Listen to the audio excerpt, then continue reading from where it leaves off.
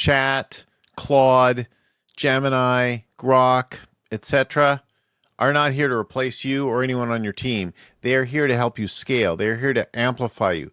That's a big difference with what people are thinking about. And the fear and the anxiety about and around it. In our world, there's excitement as well, but it would be misplaced if you followed that. So here's the thing. Years ago, when I was very young, I worked as a research assistant at a local university, and I was helping this professor with a new thing he was working on in political science. And I would go to the library, I would get the books, I would read the things, I would make notes on citations, I'd put them on cards, that kind of thing. I'd go and get more books, I'd cross-reference things, and I'd do my research, and I had to grab physical books. I had to read through them. I had to find page numbers, create citations, pull out quotes, do all that kind of thing in there. It's very, very time consuming, right? I just started a PhD thesis now around business, and I'm very excited about it. I could go right to AI. Pick your favorite tool. I'm using Claude right now. I also will use ChatGPT. I'll use some of the others sometimes, depending on the situation. But mostly, I'm going and I'm saying, okay, what are the studies? What are the articles? What are the papers on this? Pull them up for me. Help me find them. What's the through line? So I'm able to ask AI to go find me information that's relevant and to pull specific ideas and to give me citations. And from that, I can build stuff. I can pull it together, right? It's fantastic. Also, when I do drafts today, whether it's writing an article or summarizing competitive research for a client, I am using AI to do that and then to distill it down. When I write something today, I can do the thinking in my own head and how I think the main ideas are, organize them, maybe with some bullets or notes, and then I can speak them out. AI can clean up my words, my own words, right? Take the dictation that I've done, narration, clean it up, fix the language and the grammar and the stuff a little bit, and then even help me spot problems or identification of organizing it, like restructuring it slightly to make it more effective. But still my words, my thinking, my ideas. If you just go to AI and say, hey, give me like whatever on this, it's going to create this undistinguished, undifferentiated kind of nonsense that isn't very helpful. AI doesn't save you from a lack of thinking, from laziness, from having no ideas. It just adds to you and speeds that kind of thing. So let AI turn your ideas into a draft. Let AI run some research for you. Let AI find the through lines or some of the insights from it. Let it format things. Let it analyze and summarize. But the wisdom, the call, the true thing, that's human being. That's you. That's your advisors. That's your leadership team. That's your peers. All of that is what makes the difference, right? And this is I think the key mistake is if you just try to turn it all over it, and we see this again and again, we like do competitive research, we survey teams, and then it gives us back something that is only a starting point. Now, the speed with which it does that is breathtaking, right? The ability to get things done and not to chew up as many cycles with it, but it's still a human. So whether you give it to somebody on your team or whether you're doing it yourself, there's still a human in the loop with this whole thing. And you're not just going to a, hey, tell me what to do today kind of thing. So that's the first thing. I think the next thing is it gets better with using it. So you get smarter and smarter at using it. You learn different approaches to the query, refining things that you couldn't do. You know, I was chugging along one day, like a year ago, and somebody said, "Why are you doing that?" And I'm like, "Well, we have to do this in this way." And they're like, "AI can read your handwriting." I'm like, "Oh, it can?" I'm like, that was about a year ago. I realized that AI can understand your voice. It can read your handwriting. It can look at pictures. It can identify things. There's all kinds of things.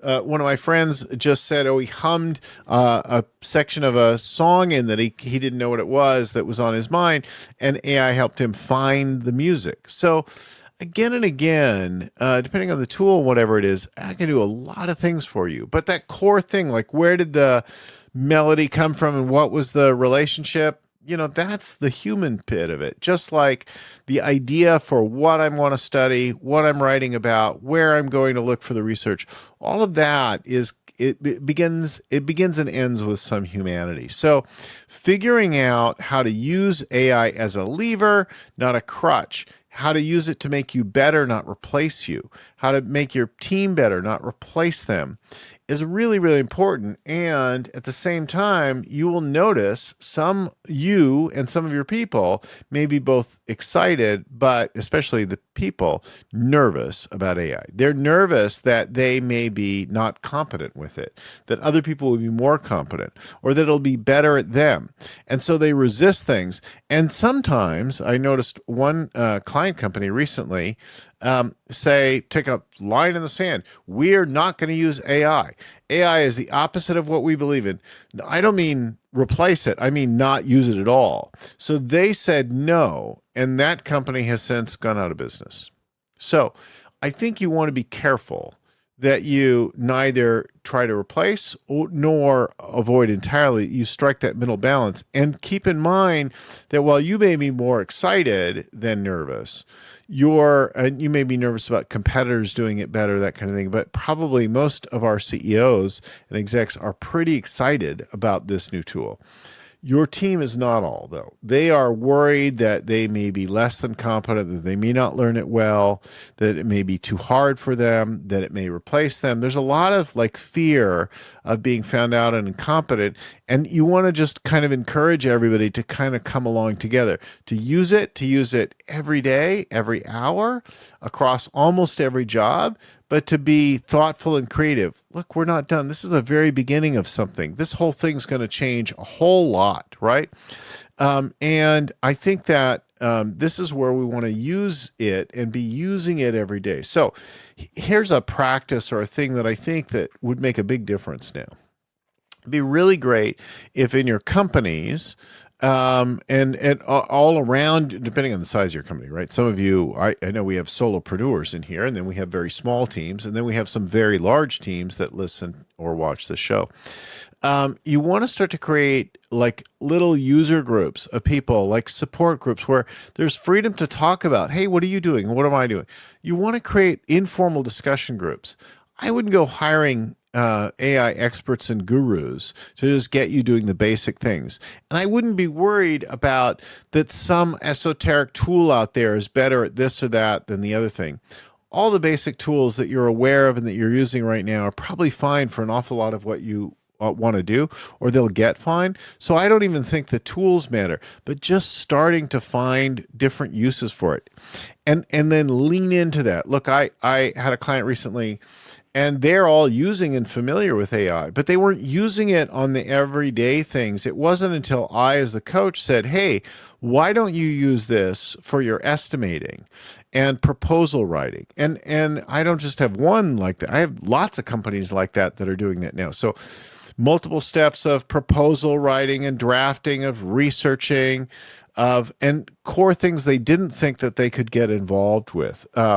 Estimating, measuring, research, like on and on and on. So take the notion that even if your people are doing it, they're not looking for everywhere to do it yet. And if you could just create some groups, some discussions, some things like that help bring it, make it top of mind and make it safe, easy to help each other. You don't have to hire consultants to do it. You don't have to hire, but it could come through everything that you're already doing if you'll start to lean in a little bit more and make it safe to play, to talk about it, to not be perfect about it, to experiment with things.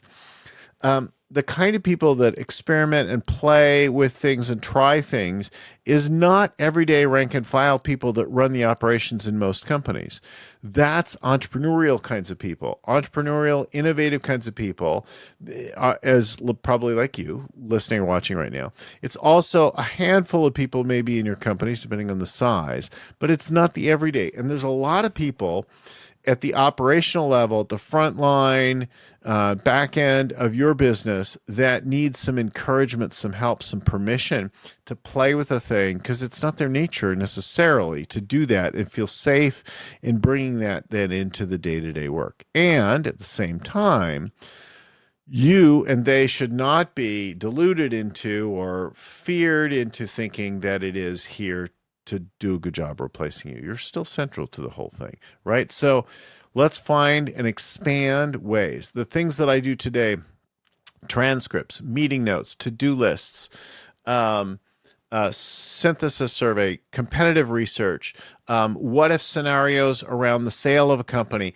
who we could draw investment from, companies we could go buy, how to buy them, researching them, down to very small levels. All of these kinds of things were things that we weren't even thinking of a year ago. Well, maybe a year ago, but not much more than that. Like, they're very new kinds of things, and they only happen not because I have the background in myself personally, technically, and my family with AI, but because I like to try things. I like to play and experiment with things.